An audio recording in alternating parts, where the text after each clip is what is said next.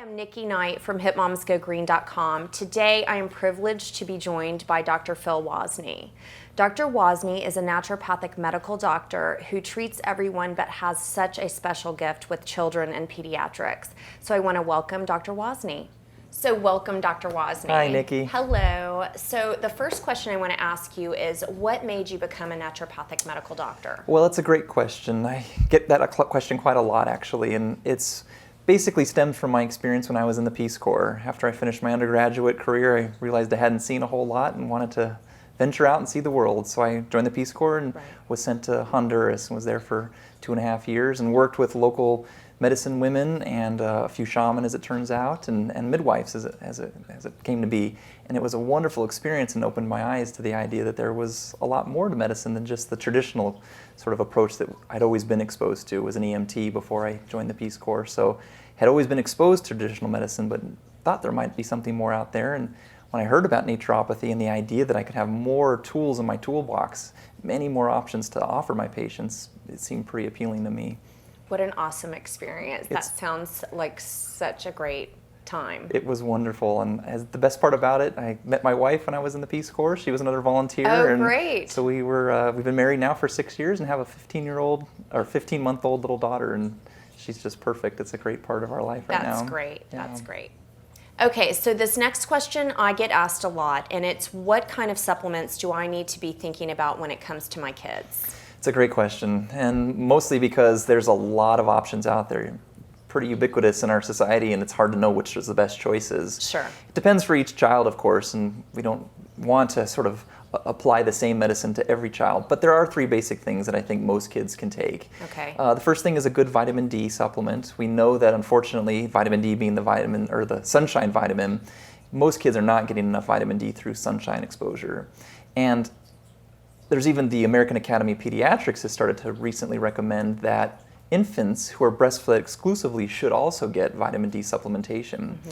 So there's a lot of new data coming out that suggests that vitamin D is extremely helpful for a myriad of conditions and also just for prevention.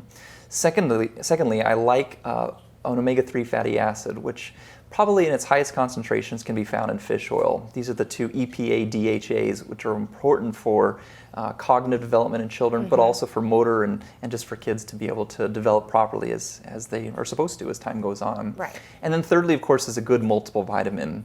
And again, there's a lot of choices out there, and it's very confusing which ones to pick.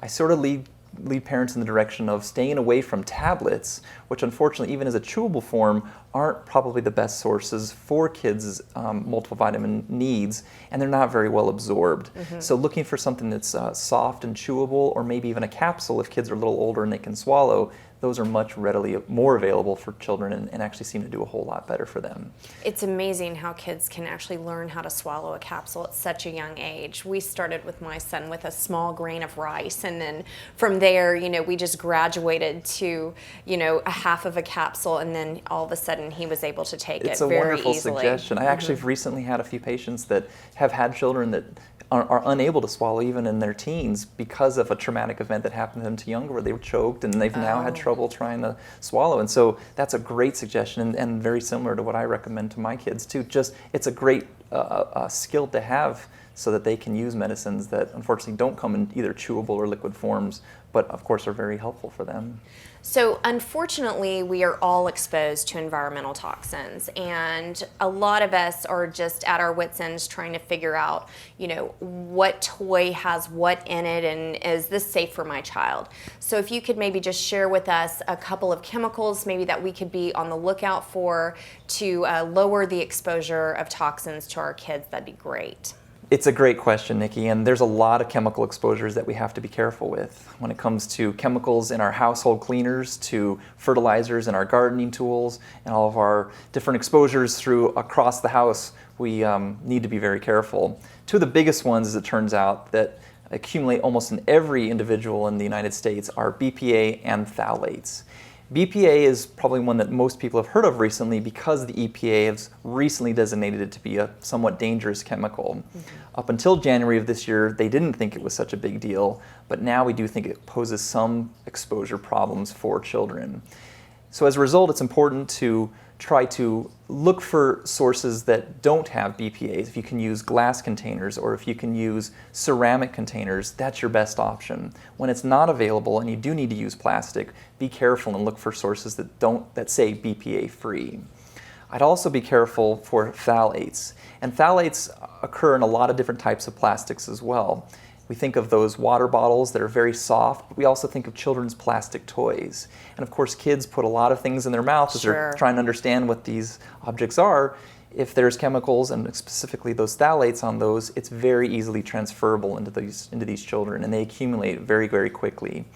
Two major other ways, of course, through phthalates and through BPA exposure is through heat. Because they're both in plastics, if you heat the plastic, it's easy for those chemicals to be leached out of the plastic and then into food, beverage, whatever is being used as the container source. So again, another reason, if possible, to use something that's not plastic-based.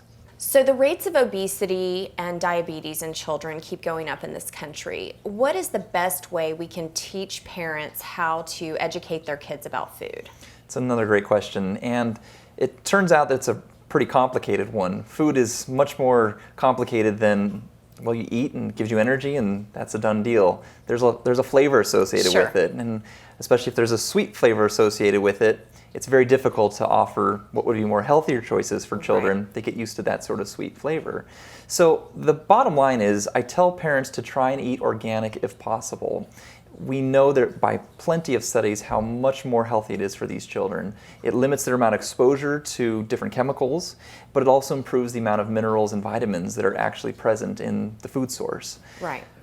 But it's many times not available or it's not affordable. And if you can't afford it and if you can't find it, then you do the best you can.